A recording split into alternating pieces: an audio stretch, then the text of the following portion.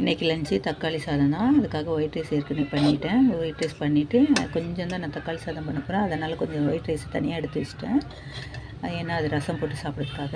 இப்போ இந்த தக்காளி கிரேவி இந்த தொக்கு இப்படி பண்ணியிருக்கேன்றதை நான் சொல்கிறேன். தக்காளி தொக்கு வந்து செய்யும்போது நம்ம எண்ணெய் ஊற்றிக்கணும். அதில் வந்து சோம்பு, பட்டை, லவங்கம், கிராம்பு இதெல்லாம் நம்ம இந்த ஸ்பைசஸ் ஐட்டெல்லாம் போட்டு தாளிச்சிட்டு வெங்காயம் ஒரு 2 வெங்காயம் கட் பண்ணி போட்டுக்கோங்க. ஒரு 4 தக்காளி கட் பண்ணி போட்டுட்டு இஞ்சி, பூண்டு, பச்சை மிளகாய் இதெல்லாம் போட்டு நல்லா வதக்கிடுங்க. வதக்கிட்டு கொஞ்சம் உப்பு போட்டு வதக்கிக்கோங்க. அதுக்கப்புறம் வந்து அதை கூட வந்து நம்ம கொஞ்சம் காரத்துக்கு லைட்டாக கொஞ்சம் மிளகாத்தூள் எல்லாம் ஆட் பண்ணிக்கோங்க. ஆட் பண்ணிவிட்டு இதெல்லாம் ஆட் பண்ணிடுங்க. நம்ம நல்லா வதங்கட்டும். அந்த பச்சை வாசனை போகிற வரைக்கும் வதங்கின பிறகு நம்ம தண்ணிலாம் இதுக்கு ஊற்றக்கூடாது. வெறும் எண்ணெயிலே தான் வதங்கும். வதங்கின பிறகு இப்படி திக்காக வந்துடும். இது வந்த பிறகு நம்ம இதில் வந்து சாதத்தை ஆற வச்சு நம்ம உதிரியாக எடுத்து வச்சுட்டு அதில் வந்து நம்ம கலந்துட வேண்டியதுதான்.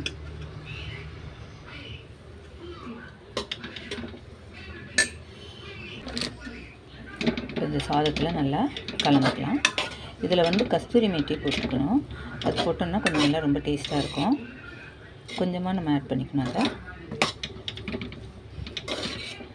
அது தக்காளி சாதம் ரெடி ஆகிடுது. இதுக்கு நம்ம சைடிஷ் வந்து உருளைக்கிழங்கு எடுத்து வச்சுக்கலாம். தயிர் பச்சடி வச்சுக்கலாம். இன்றைக்கி லஞ்சு வந்து தக்காளி சாதம் தான்.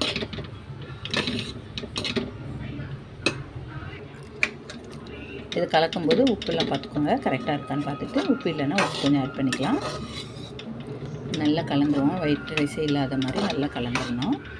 கலந்துட்டு இதில் வந்து நம்ம கொத்தமல்லியெல்லாம் கடைசியாக நம்ம அதில் போட்டு இறக்கிட்டோம்னா நமக்கு தக்காளி சாதம் ரொம்ப டேஸ்டான தக்காளி சாதம் ரெடி ஆகிடும்.